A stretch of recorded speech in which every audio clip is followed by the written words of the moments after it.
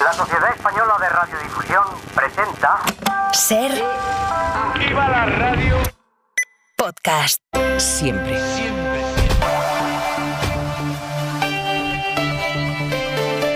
¿Recuerdan cómo Israel acusó en enero a varios miembros de la Agencia de la ONU para los Refugiados Palestinos de haber participado en el atentado terrorista de Hamás en octubre del año pasado? Y cómo aquella acusación tan grave derivó en que 16 países, entre ellos los principales donantes de la agencia, retiraran su financiación a la UNRWA.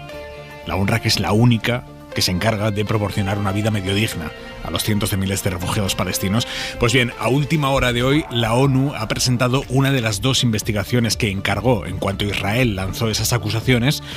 La que hemos conocido hoy es la que se le encargó a la nada sospechosa exministra francesa de Asuntos Exteriores, Catherine Colonna, es conservadora, y ella ha asegurado que Israel no le ha entregado ninguna prueba de aquellas acusaciones a la ONU. Ninguna.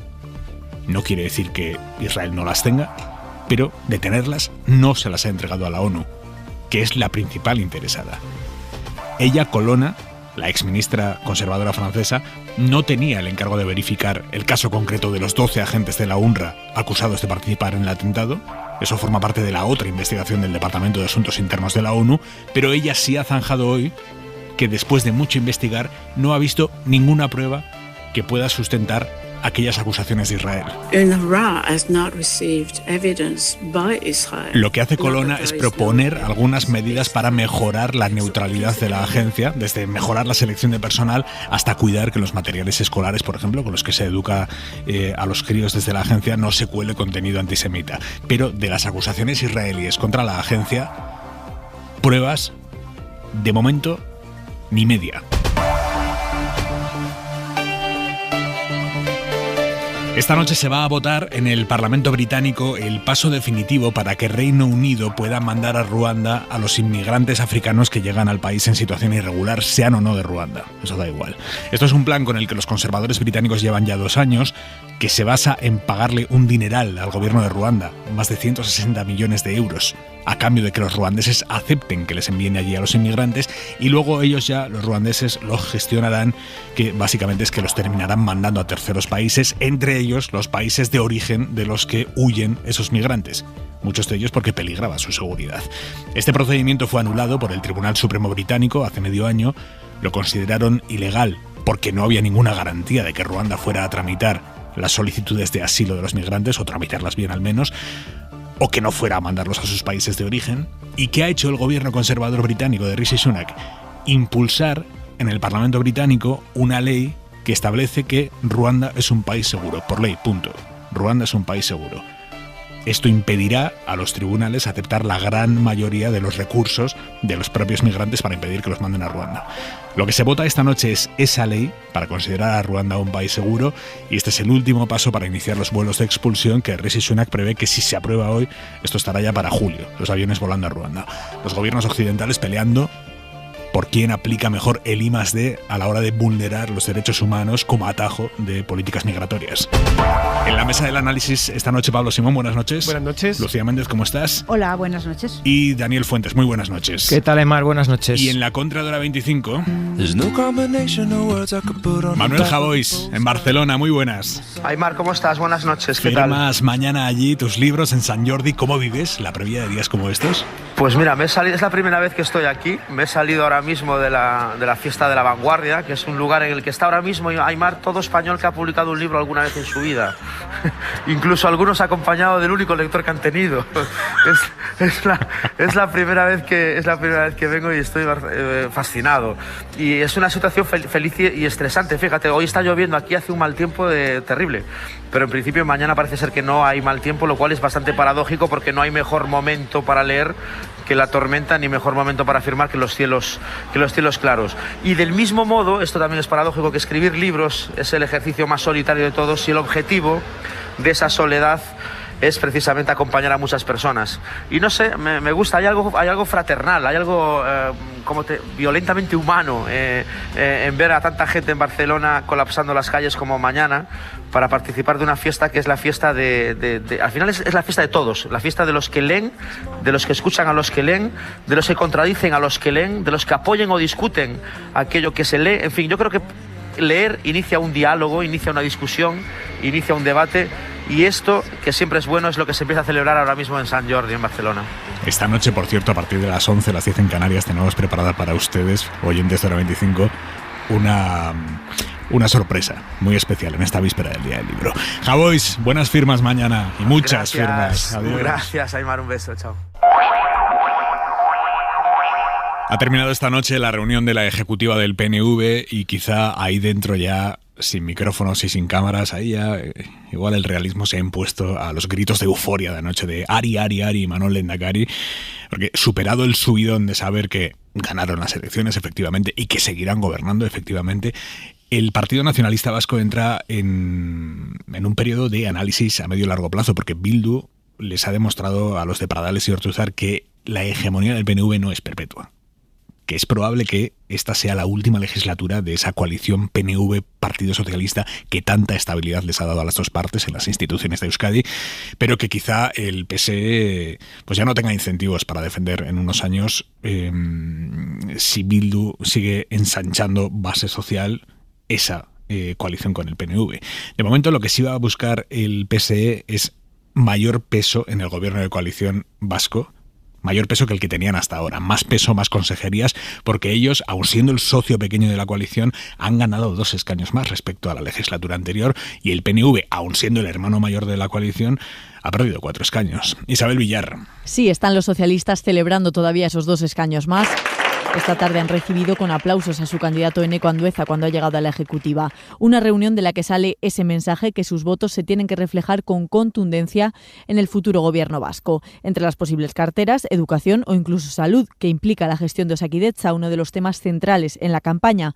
Pedirán más con el argumento que daba en la ventana de Euskadi Ekain Rico. Ese aumento del Partido Socialista se ha demostrado que el gobierno vasco no estaba desgastado, sino que el desgaste lo sufría la parte nacionalista del gobierno vasco. Y a esa parte nacionalista, al PNV, la petición del PSE no les pilla por sorpresa, lo dice su dirigente en Bilbao, Itxaso Atutxa. Los socialistas, que nos conocen mucho y nosotros les conocemos muchos, siempre juegan fuerte y siempre exigen más, pero todavía no hemos ni confrontado los programas. Insisten en el PNV en que primero tienen que ir con los contenidos del futuro gobierno y luego con los nombres. Otro nombre de la tarde, Otegi, que ha comparecido tras la ejecutiva de Bildu. Las cosas ya han cambiado, ya venían cambiando. Y ayer se corroboró que el cambio ya está aquí. Ha calificado como espectaculares sus resultados que el PP atribuía anoche a que el PSOE los ha blanqueado. Hoy ha contestado desde Ferraz la portavoz Esther Peña, que deja atrás el tono duro con la izquierda abertzale que han mantenido los socialistas en campaña. ¿Qué quiere decir? ¿Que en Euskadi hay 350.000 etarras? Por favor, son todo partidos democráticos los que se presentaron en estas elecciones. Respuesta al PP, que oficialmente mira el vaso medio lleno al haber aumentado en 1 sus diputados en el Parlamento Vasco. Esther Martínez. Yo creo que es un punto de inflexión, un nuevo ciclo que se abre. Habla incluso de nuevo ciclo en el PP vasco, aunque hay voces que ven la parte medio vacía. Esos 7 escaños no son decisivos, no han conseguido quitarle a Vox el que mantiene y Sánchez sale ileso. Borja Semper, preguntado por estos críticos. Corregir una tendencia de más de 20 años de descenso continuado en las elecciones autonómicas. Entenderá usted que alguna lectura positiva es legítimo que hagamos. Advierten estos críticos de que al PSOE tampoco le irá mal en las catalanas, así que dicen, o reaccionamos o lo pagaremos en las europeas. Reposado ya el mapa electoral en Euskadi. Simón, tu análisis. Bueno, a ver, vamos a destacar algunas cosas. Lo primero tal vez sea como titular general que los 3 primeros partidos pueden estar satisfechos porque han conseguido parte de sus objetivos al menos, ¿no? El Partido Nacionalista Vasco consigue ser primero en votos y yo creo que los datos de participación y la subida de Vizcaya tienen mucho que ver con una movilización de última hora. Se había especulado mucho, ¿no?, sobre el impacto que podía tener el último tramo de campaña respecto a Bildu a propósito de la entrevista que vivimos aquí. Yo creo que eso ha podido servir sobre todo para la movilización movilización de parte de los indecisos que estaban entre el PNV y el PSE, que se pueden haber activado en este último momento. Por tanto, el Partido Nacionalista Vasco empata en escaños, pero queda primero en votos. Respecto a 2016 ha perdido 30.000 votos. Es esta erosión gradual, pero no un colapso. Y yo creo que esto es una buena noticia para ellos. Para Bildu es una fantástica noche también, porque aunque empata en escaños, para ellos lo relevante es haberse vuelto una formación muy transversal, creciendo 100.000 votos, pero sobre todo absorbiendo muchísimo del espacio del Carrequín Podemos. Para mí eso es, yo creo, el elemento de medio plazo más interesante. Es que mucho de ese espacio votó a lo mejor hace 2 ciclos electorales al PSE y ahora está yéndose a votar a Bildu, como puede estar ocurriendo en el contexto de Galicia, donde una parte de la izquierda que votó a las mareas se está yendo antes con el BNG que con el PSDG. Por lo tanto, yo creo que esta dinámica de crecimiento de las izquierdas, por decirlo así, plurinacionales o como se las quiera llamar, tiene un impacto relevante. Y luego el crecimiento del Partido Socialista, que le permite ser decisivo, que era su objetivo, cara a conseguir ser la llave de gobierno, ¿no? Yo creo que más o menos este es un poco el mapa general, más allá de que luego podamos discutir qué ha ocurrido con Sumar, con Podemos, con Vox y con los pírricos resultados del PP, pero yo creo que esto es un poco la composición general del lugar. Fuentes.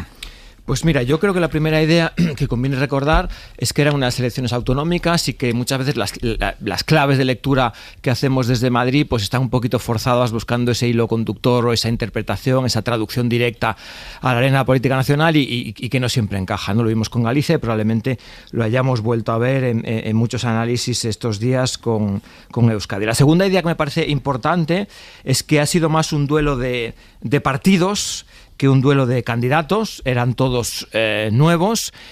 Por tanto, yo veo un relevo generacional en dos dimensiones. En la de los candidatos es muy obvia, pero probablemente también en la orientación de los espacios políticos y del voto, ¿no? Ese voto joven, ese cambio generacional dentro del nacionalismo que gira pues de más conservador PNV a más hacia Bildu, ¿no? Yo creo que ese relevo generacional, ese cambio es fuerte. Y efectivamente, pues la entrada en escena, más allá de las cuestiones obvias, ¿no? De continuidad, de estabilidad en la gobernabilidad, etcétera. Si pensamos en el futuro, pues Bildu se presenta ahora mismo pues como el adversario a batir. Es verdad que no ha quedado primero, es verdad que no ha ganado, pero la inercia, si nos proyectamos hacia el futuro, es yo voy a ser primera fuerza, estoy llamado a ser primera fuerza y por lo tanto lo que podía parecer sorprendente hace unos años, pues puede dejar de serlo. Ya hay que considerar como un escenario realista que Bildu pueda gobernar en Euskadi. Creo que aún le faltan al menos un par de grandes pasos, al menos un par de grandes casos. Se hace difícil todavía la presencia pues de perfiles como el propio Otegi, yo creo que se hacen muy, muy difíciles. Y lo vimos aquí con la famosa entrevista, ¿no? Todavía esa digestión está sin hacer y yo creo que aún hará falta tiempo, pero además para que esa posibilidad de un Bildu gobernando se pueda materializar en el medio plazo, las dinámicas de pactos y de socios tienen que cambiar, ¿no? Que han sido relativamente robustas en las últimas legislaturas, ¿no? Es decir, Bildu necesita socios. Hoy no tiene socios para gobernar, aunque hubiera ganado las elecciones, que cerca ha estado. Por lo tanto, ese escenario ya no es tan lejano, ya es realista, ya cabe calificarlo como un escenario central de análisis, pero todavía quedan pasos por dar. Y yo no conozco especialmente Euskadi, pero entiendo que esta cuestión de relevo generacional, de la propia memoria histórica, creo que ahí hay muchos análisis que hacer, muchas cuestiones todavía abiertas que van a dar todavía mucho que hablar en los próximos años, ¿no? Lucía. Bueno, yo creo que el señor Ochandiano, candidato de Bildu, que ayer no fue el protagonista principal de la noche electoral del recuento en la sede, lo fue Otegi, puede aprovechar para venir a este programa otra vez y hacer lo que no hizo la última vez. Y en ese sentido yo creo que fue muy notoria la intervención, el papel que ha jugado en la campaña, lo que sucedió aquí hace exactamente esta misma noche, hace una semana, el lunes pasado, ¿no?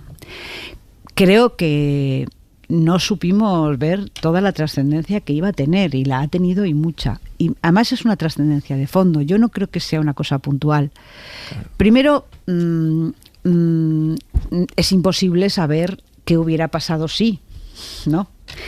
Las encuestas pronosticaban algún sorpaso y no se ha producido. No sabemos exactamente si la deficiente gestión de la memoria terrorista de ETA que está haciendo Bildu y el olvido premeditado que pretende, como si no hubiera pasado nada, como si no hubiera habido casi 1000 muertos y tanto dolor y tanto sufrimiento en esta sociedad, pues yo creo que no es un tema solamente puntual de estas elecciones, porque Bildu, que es alternativa de izquierdas al gobierno, digamos, nacionalista de derecha con apoyo del PSOE de una manera clara, eso es lo que ha consolidado, se ha quedado con los votos de la izquierda nacional para ellos, pero Bildu solo no puede gobernar nunca el País Vasco. Y yo, francamente, estos análisis que hablan de que ya la próxima vez el PSOE ya va a apoyar a Bildu, oiga, pues depende. Es evidente que el PSOE jamás podrá apoyar a Bildu si quiere sobrevivir como partido, si Bildu no se aparta y no llama terrorismo a lo que es terrorismo en función de la dignidad y la justicia que merecen las víctimas del terrorismo de ETA. Por tanto, pues yo creo que eso no depende del PSOE. Es decir, el PSOE puede hacer una reflexión, puede considerar que efectivamente la alternativa de izquierdas, el Partido Socialista es un partido de izquierdas, por tanto sería lo lógico, pero en este caso, en el caso del País Vasco, es evidente que no operan las mismas circunstancias que operan en otros sitios. Y me ha faltado hoy, Aimar, me han faltado 2 autocríticas hoy.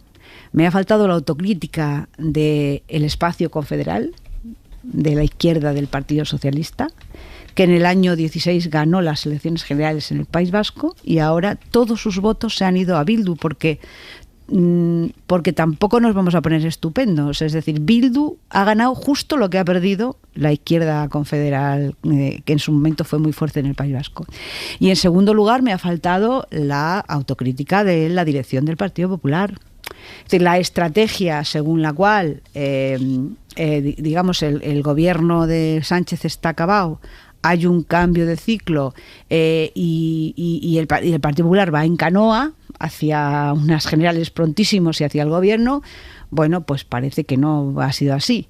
Tampoco exactamente es cierto que se estén comiendo a Vox, como se supone, o pretendidamente se supone. Es verdad que el escaño de Vox tampoco es que sea muy importante, pero bueno, simbólicamente puede ser relevante y quiero decir que las elecciones catalanas al Partido Popular tampoco es que le vayan a ir muy bien. Subirá los votos, pero será irrelevante. Es decir, que tendrá que esperar a las europeas para ver si acaso efectivamente ese relato que ellos mantienen de cambio de ciclo es así o no es así. Mira, sobre la izquierda confederal, como decías, tenemos noticia y noticia importante. Izquierda Unida, la Coordinadora Federal de Izquierda Unida, que es su máximo órgano ejecutivo, ha decidido esta noche que el partido no se va a integrar en la dirección de Sumar. Esto tiene un calado político importante porque la dirección de la plataforma Yolanda Díaz se va a anunciar este sábado.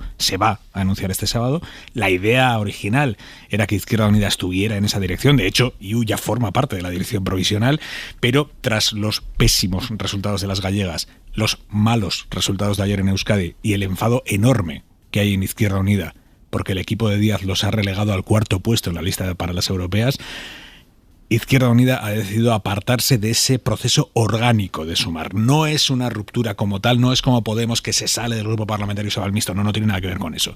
De hecho, Izquierda Unida va a seguir formando parte de Sumar como grupo parlamentario, van a concurrir juntos a las europeas. Tienen una ministra. Tienen una ministra que es Sira Rego, efectivamente. Pero no van a estar integrados en la dirección de lo que termine siendo Sumar. Al menos por ahora. Ana Fernández Vila, buenas noches. ¿Qué tal? Buenas noches, Aimar. Sí, eso es lo que acaban de decidir esta noche en la reunión de la Coordinadora Federal de Izquierda Unida, que dan un paso al lado y se distancian de Díaz y su proyecto, con duras críticas además, aunque la dirección sí ha decidido aceptar ese cuarto puesto para las elecciones europeas que les había puesto Díaz sobre la mesa, aunque lo aceptan con condiciones como hacer campaña propia. Esto nos cuentan fuentes de la dirección de Izquierda Unida. Eso sí, han decidido, como decías, que no se van a integrar en las estructuras del partido de Yolanda Díaz porque creen que su proyecto no está funcionando y que como espacio unitario ha fracasado. Prueba de ello, dicen, son los resultados de ayer en las elecciones vascas. Los resultados son malos para la izquierda transformadora y por lo tanto tenemos que analizar. Sumar no está consiguiendo ser el espacio de aglutinación de todas las izquierdas ni de las personas. Esto decía por la mañana el portavoz de IU, Ismael González, en una rueda de prensa en la que ya daba a entender que para las europeas aceptarían el escenario menos malo, que es ese cuarto puesto que les han ofrecido, un cuarto puesto que ven como un desplante, que es la gota que ha colmado el vaso de su decisión de alejarse de Sumar. En el partido de Díaz, sin embargo, restan importancia al movimiento de IU y en privado las fuentes que hemos consultado aseguran que solo responde a la pelea que se vive en la organización para suceder a Garzón y que enfrenta precisamente a quien mencionabais, a la ministra Sira Rego y al andaluz Antonio Maillo. Y en Sumar también discrepan de la lectura de las vascas que han hecho hoy en Izquierda Unida, porque ellos sí se dan por satisfechos. Desde Sumar teníamos un objetivo, que era estar en el Parlamento Vasco, y hoy estamos dentro. Es la primera vez que Sumar se presenta a las elecciones en el País Vasco. Decía luego Urtasun, el portavoz de Sumar, que no se conforman, pero sí que creen que han salvado los muebles. Simón. Desde luego, Yolanda Díaz es mejor ministra de Trabajo que constructora de partidos. Es decir, yo creo que esto no hay ninguna duda porque, a mi juicio, por ejemplo, lo que está ocurriendo con la lista de las europeas es probablemente la gestión más desastrosa que he visto de un intento de articular una estrategia preelectoral, y me explico. A mi juicio hay dos maneras de hacerlo, sobre todo cuando tú tienes organizaciones tan heterogéneas como las que están integradas dentro de la plataforma. La primera es colocar a un cabeza de lista que sea incontestable por parte de todas las organizaciones y que sea un activo electoral tan fuerte que todas las organizaciones se tienen que colocar detrás o no tienen otra opción que hacerlo, ¿vale? Es decir, buscar una figura simbólica de la izquierda que pueda aglutinar diferentes sensibilidades y que todo el mundo se sienta cómodo con él. Si no tienes esa posibilidad, por la razón que sea, hay una segunda opción, que es decir, vale, voy a darle la cabeza de lista a una de las organizaciones que integran Sumar. ¿Por qué? Porque ellos al menos tienen estructura para poder hacer campaña. Son 61 eurodiputados en una circunscripción única, se lo puedes dar a quien tú quieras, a Izquierda Unida, Más Madrid, a quien tú quieras, pero a alguien que sepas que va a poder desplegarse sobre el territorio y acarrear votos. Pues han optado por la peor de todas las posibilidades, que es fichar una persona externa, que en este caso se llama Galán, de la cual tengo la mejor de las opiniones, porque me parece una persona fantástica, pero que desde luego no tiene un perfil político que sea incontestable para las otras organizaciones, y que además... Y que tampoco es una activadora de masas de votantes. Esto es a lo que voy. Es decir, que no es un activo electoral que pueda ser incuestionable para ellas, y además has enfadado a todo el mundo. Es decir, has enfadado a todas las organizaciones que están detrás de ti, que tienen más estructura. Izquierda Unida relegada, Compromís negociándola hasta última hora, Más Madrid castigado más atrás en la lista, y el resultado es que al final te puedes encontrar con una huelga de brazos caídos en las que nadie haga campaña por ti en las europeas. Y esto, cuando el Sumar necesita el que Podemos desaparezca, porque en el fondo hay una cuestión también de medio plazo, que es que si Irene Montero no consigue ser eurodiputada, Sumar puede consolidar ese espacio sin disputa, pero desde luego este tipo de elementos no le están ayudando para nada a la hora de ganar perfil. A ver, Ana, vamos a concretar. Izquierda Unida se sale de esta construcción orgánica de Sumar, pero desde luego no del grupo parlamentario. No, su idea es seguir trabajando como Compromís, ¿no? Quedarían como Compromís. Eso es. Su idea es seguir trabajando en el plano electoral, en el plano parlamentario, pero lo que creen que no, lo que de hecho hoy en la rueda de prensa esta mañana de Ismael González, él ha hecho hincapié en que ven Sumar como una coalición de partidos. O sea, es decir, creen que esa es ahora mismo la relación que deben tener con Sumar, ¿no? Sería una especie de la que tenían como lo que ocurría en Unidas Podemos, ¿no? En la anterior legislatura, pero van a seguir, no piensan salirse ni del gobierno ni de ese grupo parlamentario. Fuentes. Yo empiezo a pensar que al final el nombre de Sumar era premonitorio, y Sumar como juxtaposición, como unión de piezas, así no se construye. Mientras nadie se quiera diluir en un proyecto que sea común y cada uno quiera simplemente ser la parte de algo, es muy difícil construir. Yo creo que para competir electoralmente hacen falta partidos, hace falta territorio, hace falta granularidad, hacen falta cuadros, y seguimos con estas tesis que a lo mejor para la irrupción de nuevas fuerzas en el contexto de la primavera 2016 eran muy útiles. Han pasado camino de 10 años y esto se trata de competir electoralmente. Estos movimientos de plataformas, de círculos, de movimientos. Bueno, unas elecciones de circunscripción única tipo europeas pues puede salir bien, pero no es la estrategia para competir electoralmente, y creo que se está viendo. Por otra parte, llama mucho la atención que nunca sea un debate de ideas, de proyecto, de programa, ¿no? O sea, ¿por qué nace Podemos? Porque encuentra un hueco ideológico, encuentra un espacio, encuentra un enemigo al que combatir, encuentra aquella retórica de los de arriba frente a los de abajo, de lo nuevo frente a lo viejo. Ya no se habla nunca de ideas, se habla solo de personas, de cómo encajar en un puzzle, de sumar, no de diluirse para construir un proyecto, por lo cual creo que es difícil, ¿no? Da la sensación de que, fue la solución factible a la convocatoria adelantada el 23 de junio, no había muchas opciones, había que ponerse de acuerdo como fuera, había que remar para que ese espacio político tuviera, debajo del paraguas de Sumar y del cartel electoral de Yolanda Díaz, un proyecto potente para tener un grupo parlamentario numeroso. Eso se ha alcanzado, pero a partir de ahí difícil maduración del proyecto. Lucía. Pues Aimar, llama la atención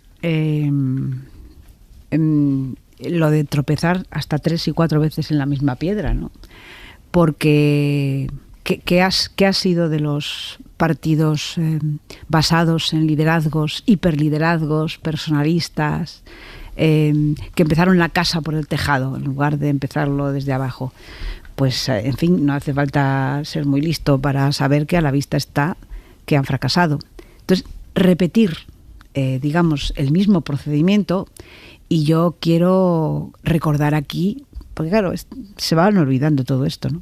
Pero si tú ahora tienes la paciencia de verte el acto en el que Yolanda Díaz se presentó en el Polideportivo Magariños, pues, hombre, a ver, entre eso y lo que ha resultado ser, pues hay una gran distancia entre lo que se supone que ella era y lo que se supone que al final ha acabado siendo. Y digo tropezar en la misma piedra porque habéis hablado de la lista europea y del cabeza de lista, pero es que ya le pasó con el número 2 de la lista de las generales, por Madrid al Congreso, que se llama Agustín Santos, diplomático, que nadie nunca ha vuelto a saber. Porque no hay ningún tema de actualidad internacional en la que merezca la pena que un diplomático no pueda tener alguna portavocía. Claro, sí, esto, vamos a ver. Pero parece que tiene posiciones distintas a las que defiende Sumar. Pues imagínate, entonces, es que, claro, me lo colocas, Aimar. A ver, si tú haces esta, gestión de recursos humanos que está haciendo Yolanda Díaz, pues, hombre, no sé, alguna causa habrá por la que realmente le vaya tan pésimamente mal en todas las elecciones, en las gallegas, en las vascas, y veremos a ver qué pasa en las catalanas, ¿no? Yo creo que el excesivo personalismo de ese proyecto está, ahogándolo, el propio proyecto. Y creo que yo, y además esto lo he hablado con ella y con su equipo también, pretender construir un liderazgo político y un partido político desde un ministerio, desde una vicepresidencia, yo creo que eso no sale bien casi nunca, porque en España no se puede hacer política al margen de los partidos. Se ha quedado claro después del 15M y toda la nueva política, ha quedado clarísimo que o tienes un partido, o tienes unas estructuras, o no tienes nada. Y la única estructura que tenía era Izquierda Unida, y en fin, Izquierda Unida se está bajando ahí de ese tren, y en este momento, de las pocas estructuras que tiene Sumar, está más Madrid, pero es que en la lista europea, ¿en qué número se ha quedado más Madrid? Es que, claro, o sea, no se entiende realmente. Yo no digo que por esto a lo mejor sean malos resultados, porque es verdad que yo ahora me pongo, y es difícil decir ahora qué tendría que hacer Yolanda Díaz para resolver esta cuestión, porque son tantos los problemas que tiene que la solución a mí se me antoja francamente muy difícil en ese sentido, porque su presencia en el gobierno ya tampoco es la misma que tenía la vez pasada, ¿no? Lo paradójico es que es verdad que no se consigue articular un partido político para ser competitivo electoralmente, para un espacio político que sí existe, es decir, existe un electorado demandante, más o menos huérfano, más o menos activo, a la izquierda del Partido Socialista. Esto es evidentísimo. Y hay feudos territoriales en los que está por delante, incluso. Quiero decir que no es que no haya espacio electoral. Exacto, es decir, hay una demanda social para que se articule un proyecto de izquierda y sin embargo no se materializa. Fíjate si hay que sacó 70 escaños. Bueno, pero igual ese espacio ya no es tan grande. Bueno, no, oye, pero que no sean 70, a lo mejor la mitad, yo qué sé. Sí.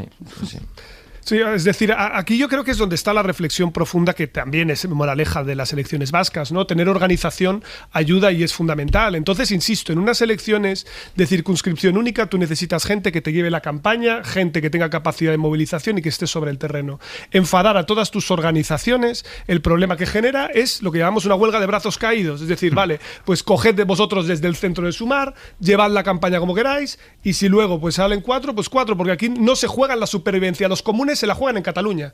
Es donde se juega en la supervivencia. Más Madrid se la juega ahí, Compromís se la juega en la Comunitat Valenciana y cada cual en su terreno. Y luego Izquierda Unida, que se la juega en diferentes feudos, que por cierto, el que ha entrado por Álava además, resulta que también es el cabeza de Izquierda Unida. Y más, Pablo, corrígeme, pero en unas elecciones, en una campaña como las últimas vascas, en las que el contenido, afortunadamente, ha sido protagonista del debate electoral. Se ha hablado de políticas públicas, se ha hablado de vivienda, se ha hablado de educación, se ha hablado de sanidad. Y tú, donde teóricamente eres fuerte, que es hablar de políticas públicas, resulta que estás a otras cosas, estás al reparto es un poco ir a contrapié. Es verdad que la política ficción conduce siempre a la melancolía, pero hoy el periodista Beñat Zaldúa del medio vasco Naiz publica los cálculos de qué habría pasado si las dos listas, esa izquierda confederal, Sumar y Podemos, hubiesen concurrido juntas. Insisto, sé que es melancolía, pero esa hipotética suma de la izquierda confederal habría logrado 3 parlamentarios en lugar de 1. Habrían conseguido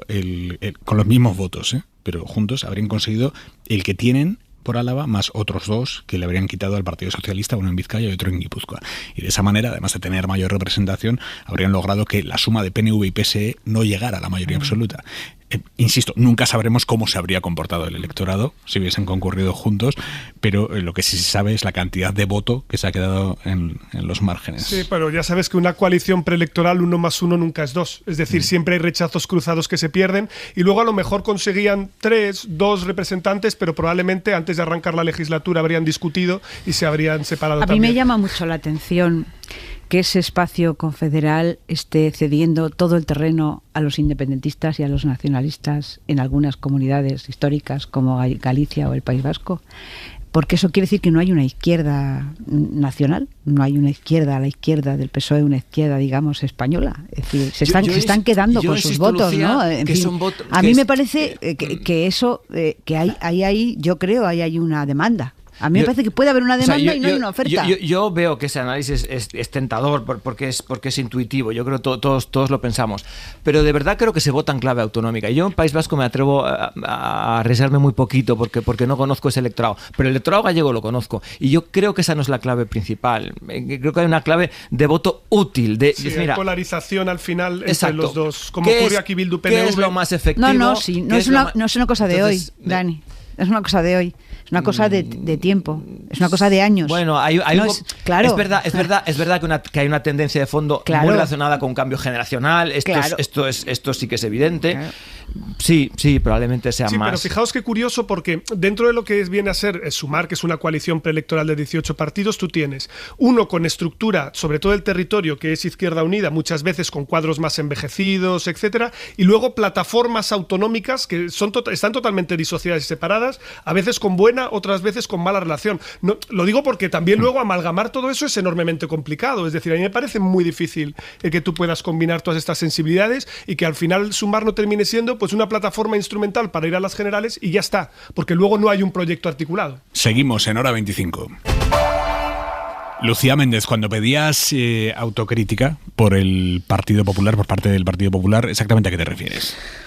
Bueno, yo creo que el Partido Popular ha asumido estas elecciones de una manera equivocada. No lo digo por el candidato, que a mí me parece que Javier de Andrés es un candidato muy solvente y yo creo que desde su punto de vista él igual como candidato puede estar satisfecho, pero este relato que el Partido Popular sostiene de que el gobierno de Pedro Sánchez está a punto de caer, pues, en fin, tendrán que revisarlo un poquito. Claro, porque si tú llegas a unas elecciones y ese relato no en las urnas no se ve validado, pues igual habría que pensar otra cosa. Yo creo que no es gratuito que hoy el Partido Popular fijara la comparecencia de Koldo en la comisión de investigación, me parece. Es decir, digamos que el Partido Popular quiere que esto del País Vasco pase cuanto antes, que mañana nos hayamos olvidado de cuáles, porque no son unas buenas elecciones para el Partido Popular estas, ni lo son tampoco las catalanas, ya lo veréis, es que va a pasar va a pasar algo parecido. Hay un punto... Entonces yo creo que ese relato en el que el Partido Popular basa su estrategia política nacional, yo no sé si es un acierto, de verdad, porque si las urnas no lo validan, seguir hablando de cambio de ciclo cuando ni siquiera hay unas elecciones a la vista, y por supuesto cada vez está más claro que elecciones generales no va a haber, pues no sé. Es difícil infravalorar el valor que tiene el resultado de anoche para el PSOE, Hombre, que son 12 diputados, pero es que el PSOE entra en el nuevo ciclo electoral con un resultado en positivo, creciendo, dejando atrás el fiasco de las gallegas, cortando con eso. Llega a las catalanas y a las europeas con un buen resultado de salida en las vascas. Mantiene el poder de decisión en Euskadi. Esto Andueza tenía en campaña el eslogan "el que decide". La oposición se choteaba mucho con eso. Decía, a ver qué dice el que decide. Bueno, efectivamente mantiene el poder de decisión que nadie más va a tener en todo el arco parlamentario vasco. Reeditando la coalición vasca, siguen teniendo agarrado al PNV por los votos, para que no se le ocurra ningún devaneo con el PP. Tampoco Bildu no va a hacer nada, claro, va a seguir apoyando al gobierno. Para que el PNV no deje caer en alguna votación importante al gobierno central en el Congreso. Bildu, efectivamente, como decía Lucía, Bildu sabe que si en 4 años quiere gobernar, va a tener que seducir al PSE sí o sí, porque mayoría absoluta no va a conseguir. Bildu tampoco tiene ningún incentivo para dejar de ser el socio parlamentario fiable que es ahora mismo para el PSOE en el Congreso, y a todo esto, efectivamente, como dice Lucía, hay que sumar que Feijóo sale de las vascas sin el Red Bull político que habría sido para él tragarse el escaño de Vox. El resultado de ayer para el PSOE sería muy torpe subestimarlo. Totalmente, yo creo que uno de los titulares sería continuidad en Ajuria y alivio en Moncloa. Yo creo que esto es fundamental. Pero fíjate que yo creo que el Partido Popular sale también... Es un diputadito el que saca Vox, es verdad, podemos pensar que, oye, mantiene el que tenían y ya está, ¿no? Pero yo creo que puede tener su importancia en cuanto a que puede generar dudas. Oye, pero no resulta que íbamos tan bien, pero no resulta que nos habíamos comido. Y ahora resulta que no. Entonces, en 3 semanas, en 2, en 1 ya tenemos que activarnos para Cataluña. ¿Qué vamos a hacer? ¿Vamos a seguir pensando que Vox está controlado en Cataluña o vamos a tener que ir a morder a ese espacio electoral? Si mordemos ese espacio electoral, abandonamos otro espacio. Entonces, yo creo que esa duda de cara a la preparatoria de la campaña en Cataluña para el Partido Popular, insisto, es un diputadito el que ha sacado Vox, pero creo que en términos de planteamiento estratégico de cara a la precampaña en Cataluña puede sembrar dudas. Y de hecho, en ningún sondeo en Cataluña se ve que junto al crecimiento del PP haya una caída de Vox. En ninguno de los que estamos viendo. Pero yo sí pondría el énfasis en una cosa, que hay 2 planos a distinguir. Uno es el que estaba señalando Lucía en términos electorales, que es que evidentemente tanto País Vasco como Cataluña son territorios muy buenos para el Partido Socialista, o mucho mejores al menos que para el Partido Popular, y por lo tanto la idea de que esos 2 territorios pueden ser pseudoplebiscitos sobre el gobierno no tiene ningún sentido. Lo que realmente está pensando el PP es generar caos a través de los socios. Pero es que hay algo que le hubiera encantado a Moncloa, que es que ahora mismo no hubiera catalanas. Es decir, el escenario que se ha encontrado ahora mismo en el País Vasco es muy dulce, precisamente porque todos están contentos. Es decir, el Partido Nacionalista Vasco está contento y Bildu está contento con los resultados que ha tenido. Y ellos siguen siendo decisivos. Lo que ocurre es que Cataluña sí puede generar caos respecto a la gobernabilidad del conjunto de España por cómo se forme el gobierno. No por las elecciones en sí mismas, que van a ser positivas para el PSOE y que puede generar luego un arrastre que acorte la distancia con el PP en las europeas, sino por cómo reaccionará después Esquerra, Junts, si quedará segundo Puigdemont, o qué es lo que que puede pasar en términos de bloqueo. Bueno, hoy han empezado las comparecencias en las comisiones de investigación en el Congreso y en el Senado. La del Senado, que es donde manda el PP, versa específicamente sobre el caso Koldo, con el que pretenden erosionar al PSOE, y la comisión del Congreso, que es donde el PSOE aglutina mayorías, va sobre todas las irregularidades en la contratación durante la pandemia, todas, en todas partes, un totum revolutum. En la comisión del Congreso, que es la más reciente, ha terminado a última hora de hoy, el PP se ha esforzado con tesón por vincular a Salvador Illa con la trama Koldo. Los partidos independentistas catalanes también han ido con todo a por Salvador Illa. Van a tener que competir con él en las urnas en 2 semanas. Era una ocasión de oro. Pero entre diputados que no se han estudiado demasiado el sumario, entre otros que se les nota demasiado la clave preelectoral, al final el resultado de hoy ha sido más bien modesto. David Junquera, buenas noches. Buenas noches, Aimar. Se han visto hoy 2 sillas en el Congreso. Unos vislumbraban al ministro de Sanidad. En lo que yo conozco y en lo que depende de mi ministerio, se actuó con profesionalidad, con eficacia, con diligencia. Y otros solo podían ver al candidato socialista a presidir la Generalitat. Y cuando a un cargo público le timan 3 veces... és que hi tomate. Senyor Illa era el principal responsable de la falta de transparència, de la falta de previsió, de la falta de rigor. Illa ha buscado atajar cualquier atisbo de relación con Koldo y compañía. No sé si debo de decirlo en latín. No contrató el Ministerio de Sanidad con soluciones de gestión. En mi ministerio, nadie de mi gabinete autorizó ninguna compra. No salió ni un euro del ministerio a esta empresa. Ninguno, a ver si lo puedo decir de otra forma más clara, ningún euro del Ministerio de Sanidad salió adjudicado a esta empresa. No hicimos ninguna compra a esta empresa. Hasta en 3 ocasiones ha negado que cerrase contratos con las empresas del entramado, pero sí ha reconocido que se vio con el exasesor de Ábalos. Me vi una vez con el señor Koldo, le remití a los técnicos, le vieron, siguieron el procedimiento y el resultado es que no se compró nada. Un Koldo que ha pasado por la comisión del Senado para declararse inocente. Cuando salga inocente, verá como yo he trabajado toda mi vida y he hecho lo correcto. El principal señalado se ha quedado callado la mayor parte de la sesión, aferrado al me acojo a mi derecho a no declarar, mientras PP y PSOE se dedicaban a lo de siempre. La organización criminal vinculada al entorno familiar y político más cercano al presidente del gobierno. Hubo esas conversaciones con el señor Tellado o con el señor Alberto. Pero al final ha ido entrando en calor y más tras esta frase del senador popular Luis Santamaría. No se puede ser más miserable, señor García, y discúlpeme por alcanzar un tono que de verdad no quería alcanzar. Tras esto, el navarro ha soltado un alegato final respondiendo al PP. Ni siquiera me he meneado. He estado quieto, escuchando todo lo que decía de mi persona. Verdaderas salvajadas. Yo lo único que le puedo decir es que cree el ladrón que todos son de su misma condición. Reclamando comprensión. ¿De verdad no se dan cuenta? ¿Han podido mirar un poco mi historia? ¿Saben que yo no puedo salir a la calle? ¿Saben que hay una mujer, una hija?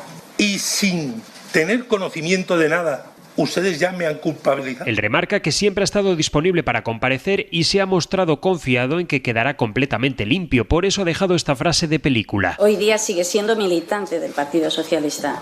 Pues si no, eso no se lo puedo contestar, porque no lo sé. Pero no se preocupe, tengo que poner un apunte. Volveré. Eso mismo decía Schwarzenegger en Terminator. Koldo de momento volverá al Senado porque el PP ya irea que le citará de nuevo más adelante. Hora 25. Aimar Bretos. En 30 segundos cada uno, ¿qué esperáis de estas comisiones, Fuentes? Pues nada, que sus señorías sigan ahogando el pez, ¿no? Venga, agua a la pecera, agua a la pecera, agua a la pecera, el pececito seguirá dando vueltas por ahí, que no sean resolutivas y que sea marearle perdiz y pasar el tiempo. Yo creo que no van a ser concluyentes, va a ser un empate técnico, lo cual es un poco lamentable, ¿no? Al final acabamos todos en el todos son iguales y a lo mejor lo que los ciudadanos quisiéramos saber es quién no es igual a quién y no el todos son iguales. Fuentes, Simón. No, yo estoy bastante de acuerdo con Fuentes, que es esta idea de que es cierto, probablemente en términos de conclusiones, propuestas de mejora no vamos a sacar gran cosa de aquí. Yo confío más casi en el proceso judicial que en la investigación parlamentaria, porque creo que si hubiera alguna imputación adicional o se avanzara en ese sentido, ahí ya podríamos hablar de otro tipo de responsabilidades políticas, pero lo que básicamente aquí estamos viendo es un duelo de comisiones tratando de desgastar al rival y en esta situación el contexto queda en tablas. Lucía. Bueno, yo es que creo que la comisión del Senado a mí me parece que está fundamentada en un error de concepto, francamente. Querer convertir el caso Koldo en el caso Watergate y a Pedro Sánchez en Nixon y a Koldo en cualquiera de sus colaboradores es que me parece francamente una cosa bastante disparatada. Es verdad que en todas las comisiones de investigación pues siempre hay un elemento de espectáculo, siempre hay un elemento de desgaste, siempre hay un elemento de tierra quemada, pero es que en estas comisiones solo hay eso. Es que solo hay eso. No hay una investigación digna de tal nombre. Entonces yo es que creo que ni siquiera disimulan, es decir, porque en otras veces pues hacen las dos cosas, ¿no?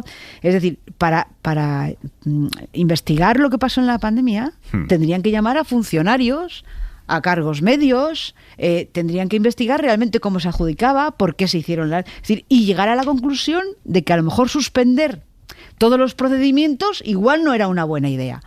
Pero es que ¿de esto se está hablando ahora mismo o de qué se está hablando ahora mismo? Pues no se está hablando nada de esto, lo cual es todavía peor porque es una especie de estafa a la opinión pública española. Esta noche os despido un poco antes, porque en los próximos minutos aquí en Hora 25 tenemos una sorpresa deliciosa en esta víspera del Día del Libro, que es mañana.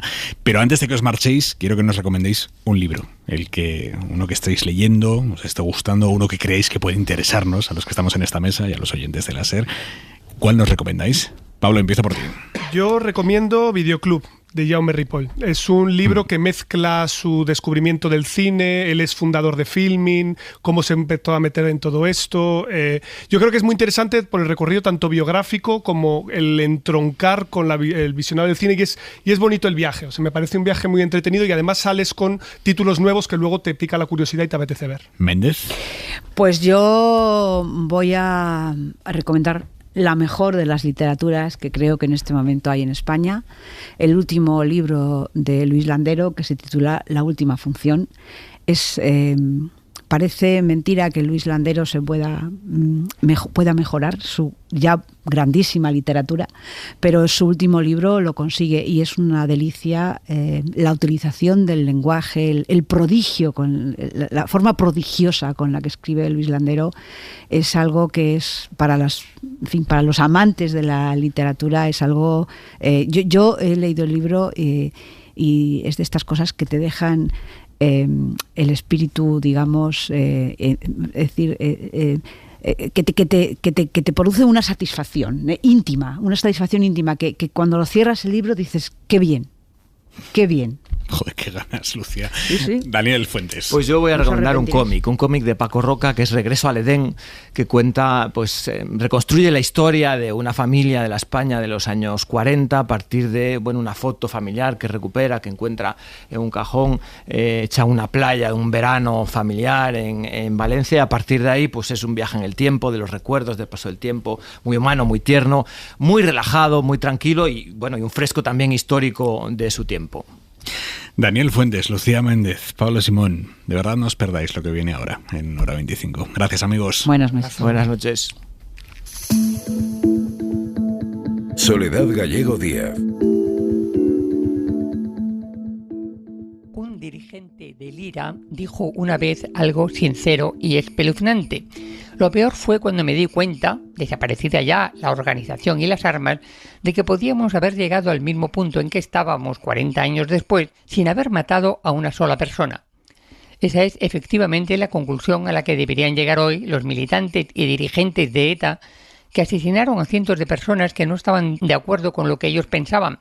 Su, entre comillas, organización armada no tuvo nunca justificación ni objetivo político real. Tenían razón quienes predicaban, desde hace más de 40 años, que se podía defender cualquier propuesta política adversale por medios democráticos. Tenían razón Gregorio Ordóñez, Enrique Casas o Francisco Tomás y Valiente. Hoy deben haber quedado claro para siempre. Es importante que una organización política adversale como Bildu, que asume medios democráticos y pacíficos y que está plenamente incorporada a las instituciones que creó la Constitución española, haya obtenido ese gran resultado. Como dice el profesor Rodríguez Teruel, estas no han sido las primeras elecciones vascas sin ETA, pero sí han permitido poner de manifiesto el significado que esa organización dejará en la memoria de Euskadi, la misma que reconoció aquel dirigente del IRA: sangrienta inutilidad. Punto y 25. La ropa para mañana, Jordi Carbó, buenas noches. Buenas noches. La verdad es que este año el tiempo se muestra bastante loco en lo que respecta a las temperaturas y vamos a recomendar para mañana, para las próximas horas, ropa de pleno invierno. Y es que las heladas se extenderán a prácticamente todo el interior peninsular. Lamentablemente, esta noche y las próximas afectarían algunas áreas agrícolas, sobre todo en Castilla y León, el sur de Aragón, Castilla-La Mancha y el interior de Cataluña, así como de Galicia. Después nos espera una jornada soleada, nubes en aumento en el Cantábrico, donde caerán algunos chubascos, y la próxima madrugada tormentas fuertes que descargarán en Baleares, también entre Alicante, Albacete y Murcia, y mañana por la tarde algunos chubascos, pero de corta duración, que afectarán a la mitad este de Cataluña, la ciudad de Barcelona, por ejemplo. La ciudad de Barcelona mañana en pleno San Jordi. Carbó, hasta mañana. Que vaya bien. Hora 25. Aimar Bretos.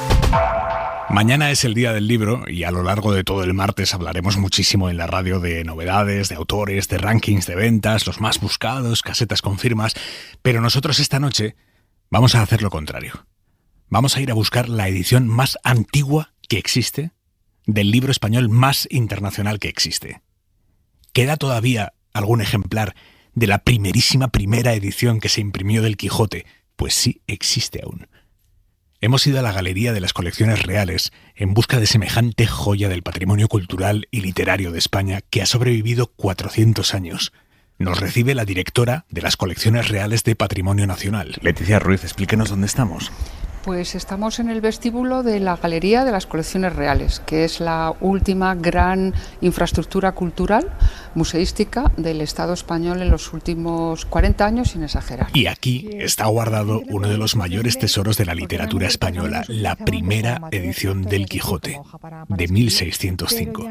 Quedan poquísimos ejemplares como este en todo el mundo. Bueno, es una de las joyas de la corona, de la literatura sin duda ninguna, sí. En esta galería llena de obras maestras y de piezas extraordinarias, la verdad es que el que esté aquí, este pequeño pero importantísimo libro rodeado de estas armaduras, algunas de niño, porque son las pensadas para Felipe IV cuando es un niño, pues tiene mucho de cerrar un círculo, ¿no? El Quijote es una de las partes de las armaduras y el canto de cisne de las armaduras pues ya se está produciendo.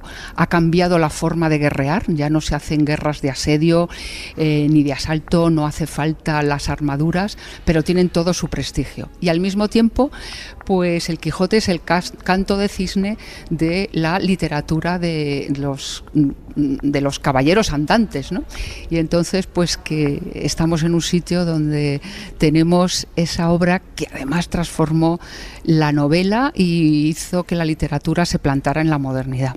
Esta es la primera edición del Quijote. Sí, señor, es una gozada, es un gusto, porque esta pieza, sencilla en su edición, porque no es en su tamaño, en su papel, no es un libro de lujo, es un libro de entretenimiento, y es un libro con el que el librero, Francisco de Robles, que es el que en los últimos años de la vida de Cervantes le va a facilitar el ser prácticamente solo escritor, en un momento en el que no existía esa profesión, pues le ofrece hacer una obra de entretenimiento para petarlo, para que a ver si hacen un bestseller, ¿no? Y la verdad es que lo fue al menos en los primeros años, ¿no? Y la verdad es que es un gusto tener aquí esta obra de la que calculamos que se hicieron 1.500 ejemplares en esa primera edición, solo quedan reconocidos, no sé si 24, un poco más de 20, pues en la Biblioteca de Madrid tenemos 2. Y esta, que juntamente con la segunda parte del Quijote, la del 15, pues lo tenemos en nuestra casa y es un gusto tenerlo, la Esta verdad. es la primera parte, la de 1605. Eso es. Descríbeme esta edición para quienes nos estén escuchando desde casa. Bueno, pues es una edición muy sencilla, realmente, en la cual está dedicada y todos los elementos fundamentales aparecen en esta portada, el título, el autor y, bueno, pues tanto el dónde se hace la edición y al al mismo tiempo quién es el promotor, que va a ser Francisco de Robles, cuyo padre ya había editado alguna de las obras de Cervantes, ¿no? Y entonces, bueno, pues es, como digo, el papel es muy sencillo de calidad, no es una grandísima edición, también el tipo de letra, pero realmente eran esos libros que circulaban, también las propias dimensiones le convierten en eso. No era un libro de leyes, un libro de medicina, de ciencia, que eran libros muy apreciados, o los libros de poesía, pero era esas obras con las que se pretendía pues llegar al gran público, que eran los libros de entretenimiento, que además cuando uno piensa, con esas pocas ediciones en términos actuales, ¿cómo pudo convertirse en alguien Don Quijote tan afamado? Porque luego perteneció, o sea, vemos como hay fiestas incluso en el Perú donde aparece alguien disfrazado de Don Quijote, la oralidad, ¿no? Como había otras ediciones manuscritas, se leían en público, y eso nos explica este éxito. Lo que me alucina es que una obra así, con este papel y esta calidad de impresión, haya sobrevivido 400 años. Pues sí, es verdad, y además está en muy buenas condiciones, hay que decirlo, porque hay veces que están precisamente por haberse usado mucho, tienen pérdidas, tienen rasgones, no es el caso, y además esta tiene una historia bonita porque tiene alguna anotación en francés. Esta es una obra que estuvo en Francia y que por algún motivo tiene el nombre del autor manuscrito, o sea, del autor del que la poseyó en Francia, un tal Rousseau. No es el famoso Rousseau, pero pasa a formar parte de las colecciones de los Montpensier, que eran familiares también de los reyes españoles, ¿no? Y entonces esto, una de las últimas infantas de los Montpensier, se lo regala Alfonso XIII, las dos ediciones, es decir, la del año 5 y la del año 15. Primera y segunda parte, con lo cual ha tenido una vida que en Francia o en Inglaterra el Quijote se convirtió en una obra extraordinaria, ¿no? Algo fundamental, y que realmente, si hubiese vivido Cervantes, hubiese vivido la gloria que sin duda una obra como esta él pretendía, ¿no? Es decir, es una obra viva, completa, y lo importante es que transforma para siempre la historia de la novela, ¿no? Eso seguramente es lo que hace que Don Quijote se convierta en una obra tan poderosa y tan extraordinaria, ¿no? ¿Qué mantenimiento necesita una obra de estas características? Sobre todo estabilidad, la luz justa, porque el papel es un material que la luz pues ayuda a destruir. Es verdad que aquí en la galería, como veis, está muy cuidada la luz, la tenemos controlada de una manera estupenda, y luego, por supuesto, la humedad. ¿Y los otros 20 y pico ejemplares que quedan de esta primerísima edición del Quijote, sabemos dónde están? Bueno, pues en España hay otro en la Biblioteca Nacional, hay otro en una colección privada muy importante, una biblioteca cervantina de las más importantes del mundo, que está también en España, y que esa es la única que está en manos privadas, ¿no? Luego hay en la Biblioteca Pública de Nueva York, es decir, están prácticamente todas en bibliotecas importantes por el mundo. En España creo recordar que son 4. ¿Un coleccionista privado cuánto podría pagar por esto? Qué buena pregunta. Esto es un unicum. Estos son las Princeps, y la única que está en manos privadas, que es esta colección española, pues lo que él quiera pedir, porque los bibliófilos son muy caprichosos, y cuando estás con un ejemplar único, pues se te ponen los dientes largos. Es verdad que no creo que el Estado español la dejara salir de España, con lo cual es un precio español, pero sí es es un top. ¿Qué pensaría Cervantes si supiera que 400 años después iba a estar su obra expuesta aquí en la Galería de las Colecciones Reales? Bueno, pues es una muy buena pregunta, Pues seguramente estaría encantado, como no puede ser menos, y estaría muy feliz. Y seguramente, pues, Miguel de Cervantes, pues pensaría, caramba, estoy aquí con la crème de la crème, ¿no? Estoy aquí como el gran libro de referencia.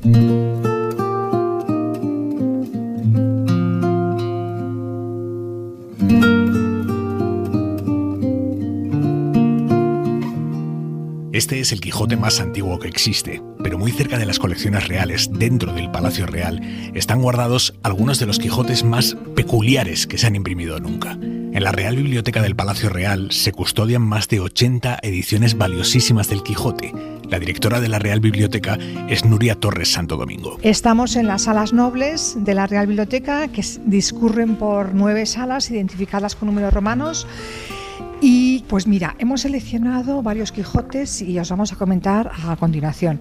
El primero es una pieza excepcional. Esta es la primera edición de la segunda parte del Quijote. Es decir, es del año 1615, 10 años después de la primera parte. O sea, la primera parte del Quijote fue en 1605. Correcto. Y a los 10 años se publica esta segunda parte del Quijote y esta es la primera edición de la segunda parte del Quijote. Correcto, todo lo que has dicho es absolutamente correcto. Entonces nosotros tenemos la fortuna de tener aquí en la Real Biblioteca las dos partes, la primera parte y la segunda parte. Es el mismo editor, es Juan de la Cuesta, a costa de Francisco de Robles, que es el que ponía el dinero para la impresión. Y bueno, ya sabéis un poco, ¿no?, que esta segunda parte también tiene mucha importancia porque en el año anterior, en 1614, se había publicado una segunda parte falsa del Quijote de Alonso Fernández de Avellaneda. Entonces, esta digamos que es una respuesta inmediata que quiso hacer Cervantes para que no hubiese ninguna duda de que la suya era la real y que la otra era la falsa. Y bueno, efectivamente, además, Don Quijote, Cervantes es estupendo porque incluye esos argucias y esas cosas en el libro. Y bueno, pues es un recurso literario fantástico que utiliza Cervantes, sí. Este libro está guardado habitualmente bajo 100 llaves. Este libro está guardadísimo junto con la primera edición. Sí. La tenemos guardada en un sitio especial. Se puede consultar raramente, está digitalizada y bueno, si los libros que están digitalizados se consultan digitalmente, pero si hay alguna persona que necesita consultar los aspectos físicos, se deja. Descríbemelo para los oyentes que nos estén escuchando desde su casa. Es un tamaño cuarto. Es curioso además porque tanto la primera como la segunda parte no son unas ediciones fantásticas, no son bonitas. El papel es correcto, pero no sobresale por nada. En la portada tiene el título que varía un poco porque aquí pone segunda parte del ingenioso caballero. Caballero, esta palabra no aparece en la primera. En la primera aparece Hidalgo. Y luego ya sigue Don Quijote de la Mancha, la dedicatoria, y luego está el escudo tipográfico del impresor. Y luego pone en una parte año y en el otro 1615 con privilegio y luego ya el pie de imprenta. Y luego ya es un texto corrido. Y bueno, aquí... La verdad ¿Qué sientes en este momento cuando estás pasando páginas pues la verdad es que de 400 años de antigüedad? ¿Sabes lo que pasa? Que nosotros estamos acostumbrados a trabajar con estas obras. Entonces, bueno, pues hombre, se siente muchísima emoción y además es que es impresionante porque estos libros están muy bien conservados y eso se puede saber por el crujir de las hojas, a ver si se puede... Es un crujir precioso. Vamos, que suena muy bien. Hay estos son mejores que los libros actuales, que suenan bastante peor, porque la hoja es muy buena, es una hoja de lino y bueno, pues están muy bien conservados. Y luego la encuadernación es de pergamino, que a la gente le podía sorprender, porque realmente el pergamino se utilizaba antes como materia escriptoria, es decir, como hoja para escribir, pero ya en esta época se utilizaba como encuadernación. O sea, que es una encuadernación sencillísima en pergamino de la época, o sea que físicamente el libro no sobresale por nada. ¿Y cómo ha llegado esto? Pues mira, esto ha llegado como un regalo a su majestad Alfonso XIII, de su prima, la duquesa de París, y procede de la biblioteca de sus padres. La biblioteca del palacio de sus padres estaba en Randán, en Francia, como un regalo a su Alteza, a su majestad, sí, los dos. O sea que es un regalo completo, primera parte y segunda parte, sí. Yo no sé si los españoles somos conscientes del todo de lo que le debemos a Francisco de Robles. Sí, Francisco de Robles fue un fantástico impresor, librero, y que bueno, se dedicó en aquella época en que estuvo pues a editar los grandes libros de aquella época. Su padre también había sido librero y bueno, en su taller salieron muchas de las obras de entonces. Sí, es fantástico. Y él es el que puso la pasta para que Cervantes se metiera en esta aventura. Efectivamente, es el que ponía el dinero, hacían un contrato con el autor, que el autor es cuando empieza a cobrar por escribir. Generalmente se cobraba una parte antes del contrato, luego cuando ya salía el autor recibía la segunda parte, y él es el que se encargaba de la venta y de la difusión de los libros. Sí. Nos encontramos en una biblioteca, una sala noble, hecha a propósito para albergar la colección a mediados del siglo XIX. Cuando muere Fernando VII, la reina viuda decide quedarse con las estancias donde en aquel momento estaba la biblioteca, que estaban al lado de la Cámara del Rey, por eso se llamaba librería de cámara. Ajá. Porque no tenían el concepto de biblioteca como tenemos ahora, eran los libros que pertenecían al rey y que estaban cerca de su habitación privada. Y entonces la reina Cristina decide quedarse con esos aposentos y tienen que buscar rápidamente un sitio para albergar la colección.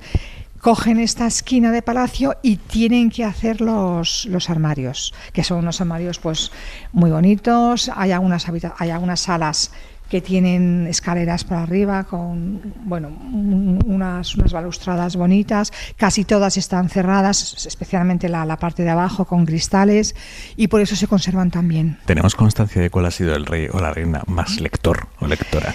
Pues tenemos constancia de que la reina Victoria Eugenia leía Galdós. Tenemos la papeleta suya de petición de Galdós y también a Quijote. Sí. No me digas que los reyes tienen que rellenar una papeleta para sacar un libro. Es su biblioteca. Pero bueno, en este caso conservamos las papeletas. Sí, las conservamos, sí, que es una cosa bastante curiosa. Sí. Y ahora vamos a pasar a la número 8, que es la más grande de todas, que era la antigua sala de investigadores. Es decir, ellos venían aquí y trabajaban en un mesetón un poquito altito, que tenía unos altrines incorporados, y en banquetas altas. Es un sitio frío porque da al norte, con una lámpara maravillosa, y esta sala, como digo, tiene estanterías tanto en la parte de abajo como en la parte de arriba. Antes de que se me olvide, aquí os voy a enseñar esta, que parece que es estantería, no es tal, es un trampantojo. ¿Y esto qué es? Pues son para disimular espacios. En este caso, esto se abre y esto es una puerta. Una puerta, lo que pasa que en los vanos de la puerta se han puesto unas encuadernaciones que imitan estanterías. Y cuando está cerrado parece que es una sala completa de estantería. Se abre el trampantojo y ya aparece pues el pasillo para ir a otros espacios. ¿Cuántas ediciones, cuántos ejemplares del Quijote tenéis aquí en la Real Biblioteca? Pues, a ver, yo creo que tenemos como unos más de 100, más o menos, en total, de diferentes ediciones, desde la primera hasta actualmente, porque nos siguen entrando ediciones, sí. Sí. Es una colección pequeña, no es demasiado grande, pero tenemos obras muy notables. Luego mi compañero os enseñará otro tipo de ediciones más grandes, más pequeñas, mejor editadas, menos editadas. Su compañero es Valentín Moreno, bibliotecario de la Real Biblioteca del Palacio Real y uno de los mayores expertos del mundo en el Quijote. Este otro Quijote es muy singular porque es la primera edición facsímil que se hizo del Quijote. Se hizo por un sistema que se llamaba fototipografía. Y son 4 volúmenes. El primer volumen es el Quijote del año 5, que el cuerpo de la Princeps se imprime en realidad el año 4. Lo que pasa que en diciembre del año 4 se pide el privilegio y todos los permisos que había pertinentes para que la corona autorizara la edición, y ya salió a principios del año 5, en enero, pero en realidad se tira el año 4 la Princeps, ¿no? Bueno, este está impreso en 1604. Eso es. Lo que pasa que en diciembre es cuando se termina de imprimir el cuerpo del libro y cuando entonces se obtienen los preliminares, que se llama el privilegio real, la licencia de impresión, las tasas, en fin, todo lo que eran los paratextos previos a estas ediciones del Siglo de Oro. Y por eso ya lleva la fecha del año 5. El primer lugar del mundo donde se difunde la Príncipe del Quijote es Valladolid, porque en ese diciembre del año 4 ya hubo unas fiestas en la Plaza Mayor donde se hacía una parodia del Quijote, es decir, que tuvo un éxito, o sea, prácticamente, incluso antes de aparecer oficialmente como impreso, ya era conocido el personaje, y desde entonces ha tenido pues una difusión universal, obviamente, ¿no? Este volumen tan grande que veis aquí en folio mayor es el Quijote de Gustavo Doré. Lo que pasa que es la primera edición española. Es de 1875, la primera edición del Quijote de Doré apareció en París en el 63, y no era grabador Doré, era un gran dibujante, un gran pintor. El que grabó las planchas fue Pisan, pero es un Quijote espectacular, porque era un dibujante eximio, Doré. De hecho, hay coleccionistas, hay bibliófilos que les da igual la edición que sea y sobre qué sea, siempre y cuando lleven ilustraciones de Doré. O sea, puede ser un libro de cocina, pero o de cualquier otra materia, pero si va ilustrado por Doré, lo compran. O sea, ahí yo conocí al fallecido conde de Orgaz, que bueno, tenía una biblioteca importante, pero él coleccionaba solo ediciones de Doré. Por ejemplo, esta ilustración, ¿qué representa? Pues esta en concreto pues es un episodio de Sancho Panza, que bueno, que se ve inmerso con unos pastores, parece, y bueno, lo que tienen las ilustraciones de Doré es que son muy dinámicas, siempre no refleja personajes estáticos, siempre refleja situaciones de movimiento, de acción, que todavía atrae más al lector, ¿no? El siguiente Quijote es único porque es un manuscrito. Es un manuscrito en taquigrafía catalana. Se lee en horizontal y se lo regaló a Alfonso XII, un conde catalán, el conde Bernard, y es todo a mano y en taquigrafía catalana, que el taquígrafo realmente pues hizo aquí un esfuerzo colosal, porque está todo en limpio, no hay ni una tachadura. Y fue regalo de este conde. Una réplica de imprenta de algo escrito a mano, es algo escrito a mano de verdad. Eso es un manuscrito, entonces al ser manuscrito pues es de mano, obviamente. La encuadernación es interesante porque es plena piel sobre tabla, pero luego lleva una orla y una chapa de plata. Y bueno, no son raros este tipo de ejemplares singulares aquí en la Real Biblioteca, porque al ser regalos para reyes pues buscaban lo más exclusivo. Bueno, este otro Quijote, que ya queda poco, enseguida acabamos, es japonés. El libro, Quijote en japonés. Sí, el libro japonés, como el libro árabe, se empieza a leer al revés. De hecho, al final del volumen es cuando está la portada. Entonces reprodujeron primero en facsímil la Príncipe, la portada, pero luego ya todo lo demás es en japonés. Las guardas ya rememoran totalmente la cultura nipona, porque son como crisantemos las guardas, y lo hicieron dos profesores japoneses, basándose en ediciones inglesas y francesas. Y bueno, es un ejemplo de cómo el Quijote se ha traducido a todas las lenguas. ¿En árabe está traducido también? O sea, en árabe, en tagalo, en los idiomas que menos podemos imaginar está. Yo no sé si hoy en día ya a estas alturas habrá algún idioma en el mundo que no esté el Quijote. Sería raro. Bueno, vamos a concluir este recorrido de esta selección de Quijotes con uno de los más emblemáticos del siglo XX español, que es el de Teodoro Miciano. El Quijote de Teodoro Miciano es estimadísimo porque son unos grabados de un primor supremo. Miciano ha sido uno de los aguafuertistas más notables del siglo XX a nivel artístico y combina muy bien la maestría del grabado antiguo al aguafuerte con unas tonalidades y un dominio de las luces y las sombras totalmente contemporáneo, como este grabado, por ejemplo, que es el que sirve de frontispicio de la obra. Este Quijote, en 4 volúmenes, tardó 14 años en realizarse, porque fue muy laborioso, era tan exigente él en los materiales que necesitaba para hacer su Quijote, que muchas veces se los traían de fuera, de España. Él ejecuta este Quijote desde el año 52 al 66, pero empieza a concebirlo mucho antes. Entonces, claro, la España de la posguerra tenía dificultades para los materiales tan selectos que él demandaba y a veces tenía que esperar a que viniesen del extranjero en aquella época. Luego con las planchas hubo problemas también. Este Quijote aparece en Jerez de la Frontera, que era su cuna, de donde él era, pero aunque la editorial estaba allí, las planchas se imprimieron en Barcelona. porque Barcelona de siempre ha habido una cultura libraria muy potente, sobre todo a efectos de bibliofilia. De todas maneras, el libro antiguo ha bajado mucho en estimación a efectos de mercado, incluso las grandes piezas, porque un librero anticuario de aquí de Madrid, de aquí al lado además, en la travesía del Arenal, había una librería anticuaria muy potente a finales del siglo XIX y principios del XX, Molina, llevaba y traía de su casa todos los días un ejemplar de las dos partes, con las dos príncipes de las dos partes. Y lo vendió hacia el año 30, y él decía que por el dinero que le había pagado, un multimillonario extranjero, se podía haber comprado un edificio en la Gran Vía. Eso decía él. A lo mejor exageraba, pero en aquella época había bibliófilos de muchísimo dinero que pagaban mucho. Y ahora ya no. Ahora los grandes millonarios prefieren invertir sobre todo en cuadros, en obras maestras de la pintura, y también hay gente adinerada bibliófila, pero los bibliófilos actuales son sobre todo o profesores de universidad o bibliotecarios como yo, o en fin, es decir, los que menos poder adquisitivo tenemos somos ahora los que somos más proclives a estas adquisiciones. La gente de muy altísimo nivel sigue prefiriendo los grandes cuadros de grandes maestros y luego, bueno, pues la sociedad actual pues está hoy en día pues muy por viajar mucho, muy por otros placeres que no es el de la bibliofilia. Queda claro que Valentín es un bibliófilo empedernido y sobre todo que estas ediciones del Quijote están en buenas manos. Hora 25 con Aimar Bretos.